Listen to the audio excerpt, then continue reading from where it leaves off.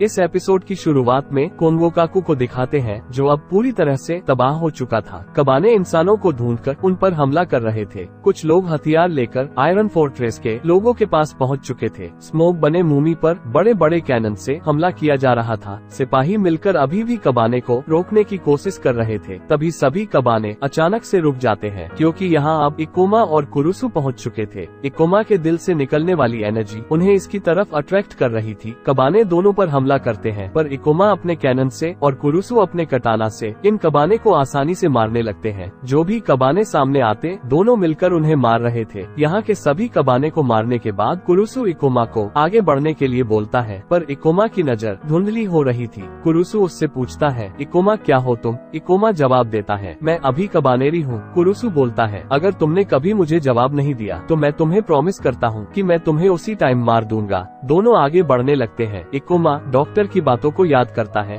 Doctor ने कहा था कि मूमी को बचाने के लिए तुम्हें उसके दिल में व्हाइट प्लाज्मा इंजेक्ट करना है जो ब्लैक ब्लड को बेअसर कर देगा, पर मेरे पास बस एक ही बचा है। मतलब तुम अपने आप को या मूमी को बचा सकते हो और इसका फैसला तुम्हें जल्द ही करना पड़ेगा, इससे पहले कि तुम अपने दिमाग पर काबू खो दो। इधर कोन्वोकाकू के लोग आयरन फोर्ट्रेस के लोगों पर गुस्सा थे। वो बोल रहे थे कि इन्होंने ही वायरस को यहाँ लाया है। अयामे आकर इन्हें रोकती है और बोलती है इन्हें छोड़ दो, ये कबाने नहीं है। पर गुस्साए हुए लोग बोलते हैं तुम्हें लगता है हम तुम्हारी बात मानेंगे, और अपना गन अयामे की तरफ करते हैं। अयामे बोलती है हमें निर्दोषों पर अपना गन नहीं उठाना चाहिए, और उस आदमी के सामने आकर बोलती है हम कोन्वोकाकू से जिंदा बाहर निकलेंगे, तुम सब बस हमारा साथ दो। सभी लोग अयामे की बात मान जाते हैं। आगे मूमी को दिखाते हैं जो अपने ही सोच से लड़ रही थी, जहां वो अपने साथ बीते हुए बुरे समय से लड़ रही थी, जो रेड बटरफ्लाई की तरह उसका पीछा कर रही थी, जिसे मूमी अपने हाथों से दूर करने की कोशिश करती है। पर रियल लाइफ में मूमी स्मोक के हाथों से एक बिल्डिंग को डिस्ट्रॉय कर देती है। ये सब लीडर देख रहा था और बिबा को बताता है मूमी 30 मिनट में कैसल टावर तक पहुँच जाएगी, जिस पर बिबा बोलता है हम सभी प्लेटफॉर्म 13 पर मिलेंगे और यहाँ से निकल जाएंगे। तभी लीडर की नजर इकोमा पर जाती है, जिससे वो चौंक जाता है और बिबा को भी ये बात बताता है। दो हंटर इकोमा पर गोली चलाने लगते हैं, जिन्हें मारकर इकोमा बोलता है मैं सिर्फ यहाँ बिबा और मूमी के लिए आया हूँ। लीडर बोलता है भले ही उसका बॉडी कबाने का है पर सर तो इंसान का ही है, और कुछ हंटर्स को इशारा करता है इकोमा के सर पर निशाना लगाने के लिए, पर कुरुसु यहाँ आकर उन सभी को मार देता है। इकोमा लड़ते हुए पटरी पर आ जाता है। तभी लीडर हंटर फोर्ट्रेस को तेजी से इकोमा की तरफ बढ़ाता है। इकोमा उसे देखकर हटने की कोशिश करता है पर दो हंटर उसे पकड़ लेते हैं। इकोमा उनसे बचकर अपने हाथों से एनर्जी ब्लास्ट करके फोर्ट्रेस को हवा में उछाल देता है और फोर्ट्रेस में एक धमाका होता है। इकोमा की नजर फिर धुंधली होने लगती है। कुरुसु उससे पूछता है तुम ठीक हो? इकोमा बोलता है हाँ मैं अभी भी कबानेरी हूँ। तभी लीडर धुएं को चीरकर बाहर आता है और बोलता है तुम्हारी हिम्मत कैसे हुई हमारे प्लान के बीच आने की, और इकोमा पर हमला कर देता है। इकोमा उससे बचकर उसका हथियार दूर फेंक देता है और फिर उसे बोलता है तुम्हारे हाथ बहुत लोगों के खून से रंगे हुए हैं, और इकोमा उसे अपने कैनन से शूट कर देता है। बिबा ये सब दूर से देख रहा था। एक डॉक्टर उसके पास आकर बोलता है कबाने की संख्या जितना हमने सोचा था उससे भी तेजी से बढ़ रही है, इससे पहले कुछ ज्यादा बुरा हो जाए तुम्हें ये ले लेना चाहिए। बिबा उसमें से व्हाइट प्लाज्मा को उठाता है। उरियू बोलता है क्या ये अब अगला शिकार है जिसे तुम चाहते हो मैं मारूं? पर बिबा उसे बोलता है नहीं, तुम्हें हमारे लोगों को बचाना है, और अपने गले से एक बेल्ट को निकालते हुए बोलता है कोई है जो चाहता है मेरे हाथों से मरना। इधर स्मोक तबाही मचा रहा था, जिससे कुछ बड़े पत्थर के टुकड़े इकोमा और कुरुसु के बीच आकर गिरता है, जिससे ब्रिज टूट जाता है और दोनों अलग हो जाते हैं। कुरुसु की तरफ कबाने की भीड़ बढ़ने लगती है। इकोमा उसे आवाज लगाता है पर कुरुसु बोलता है मैं ठीक हूँ, तुम मूमी के पास जाओ।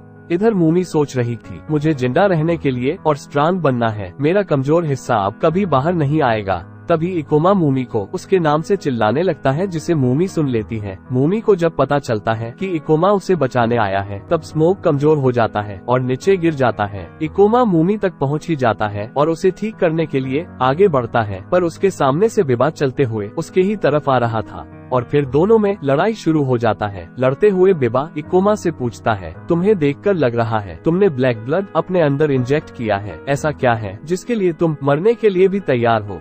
इकोमा बोलता है मैंने मूमी से वादा किया है कि मैं उसे फिर से इंसान में बदलूंगा। बिबा उसे मारकर नीचे गिरा देता है, फिर उसके सीने में तलवार घुसा देता है जो इकोमा के दिल के नीचे लगता है। इकोमा उसके तलवार को जकड़ लेता है और उसे तोड़ देता है। फिर बिबा उसके एक हाथ को तोड़ने की कोशिश करता है। इकोमा फिर से एक एनर्जी ब्लास्ट से बिबा को दूर फेंक देता है और गुस्से से ये बोलते हुए आगे बढ़ता है कि बिबा मैं तुम्हें यही मार दूंगा। तभी इकोमा अचानक से रुक जाता है और इधर उधर देखने लगता है। बिबा मौके का फायदा उठाता है और इकोमा के पीछे से हमला करने जाता है। मूमी इकोमा को आवाज लगा रही थी और जैसे ही बिबा इकोमा को पीछे से मारने ही वाला था कि मूमी अपने हाथ से इकोमा का स्टोन गिरा देती है जो रियल लाइफ में भी उसके हाथ में ही था, और उसके गिरने की आवाज सुनते ही इकोमा होश में आ जाता है और पलटकर बिबा को शूट कर देता है, जिससे बिबा का एक हाथ ही उखड़ जाता है और हम देखते हैं कि बिबा भी एक कबानेरी है। इसके बाद इकोमा मूमी के पास आकर उसे इंजेक्शन लगा देता है जिससे स्मोक गलकर गिरने लगता है। थोड़ी देर बाद मूमी होश में आती है और उसके हाथ में अभी भी वो स्टोन था। मूमी देखती है इकोमा एक तरफ पड़ा हुआ है।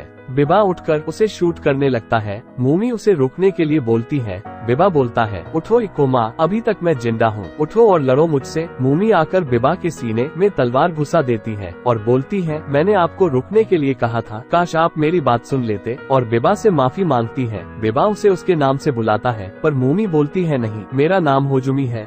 आगे आयरन फोर्ट्रेस को दिखाते हैं जहां सभी मिलकर यहां से निकलने का प्लान बना रहे थे। तभी वहां ओरियो आ जाता है जो बोलता है मुझे यहां से निकलने का रास्ता पता है, अगर तुम हमें आयरन फोर्ट्रेस में रहने दो तो बदले में मैं रास्ता बता सकता हूँ। पर वो लेडी सामने आती है जिसके बेटे को हंटर्स ने मार दिया था, जो ओरियो को एक थप्पड़ लगा देती है। अयामे उसे संभालती है और बोलती है हमें साथ में मिलकर काम करना चाहिए। किबितो उसे रोकता है पर अयामे बोलती है ये भी मुसीबत में है, नहीं तो ये हमसे लड़कर भी फोर्ट्रेस को छीन सकते थे। ये सुनकर ओरियो उसे थैंक्स प्रिंसेस बोलता है और साथ ही बोलता है बदले में मैं तुम्हें एक और बात बताता हूँ, तुम्हारा लॉयल साथी और कबानेरी अभी भी जिंदा है। आगे कुरुसु भी इकोमा के पास आ जाता है। मूमी उससे पूछती है इकोमा ठीक तो हो जाएगा ना, इसने अभी तक अपना वादा पूरा नहीं किया है, ये मुझे ऐसे नहीं छोड़ सकता। तभी लाउड स्पीकर से काजिका की आवाज आती है जो बोलती है कि इकोमा कुरुसु, हम आयरन फोर्ट्रेस में तुम्हारा इंतजार कर रहे हैं, जल्दी से हमें प्लेटफॉर्म 13 पर मिलो, और मूमी तुम भी जल्दी वापस लौट आओ। इसके बाद कुरुसु इकोमा को उठा लेता है। मूमी इकोमा का कपड़ा पहन लेती है और अपने ब्रदर को आखिरी अलविदा करके फोर्ट्रेस की तरफ निकल जाती है। अयामे मास्टर चाबी से फोर्ट्रेस को चालू करती है और आगे बढ़ने का ऑर्डर देती है। इधर मूमी कबाने को मारते हुए आगे बढ़ रही थी और कुछ देर बाद इन्हें आयरन फोर्ट्रेस दिख जाता है। सभी को देखकर मूमी खुश हो जाती है और फिर तीनों फोर्ट्रेस के अंदर आ जाते हैं और मूमी फिर इकोमा को उठाने की कोशिश करती है और उसके जवाब न देने पर मूमी रोने लगती है। तभी इकोमा बोलता है मुझे ऐसे हिलाना बंद करोगी। उसे जिंदा देख फोर्ट्रेस के सभी लोग खुश हो जाते हैं। आगे इकोमा का दिल चमकने लगता है जो ब्लैक ब्लड को उसके शरीर से हटा रहा था। मूमी बोलती है ये तो व्हाइट प्लाज्मा है, इसका मतलब ब्रदर ने आखिरी व्हाइट प्लाज्मा तुम्हारे अंदर इंजेक्ट कर दिया है। और इसी के साथ ये एपिसोड यही खत्म होता है। नीचे कमेंट करके बताना आपको ये पूरी सीरीज कैसा लगा। अभी के लिए बस इतना ही, जल्द ही मिलते हैं अगले वीडियो में, तब तक के लिए बाय बाय।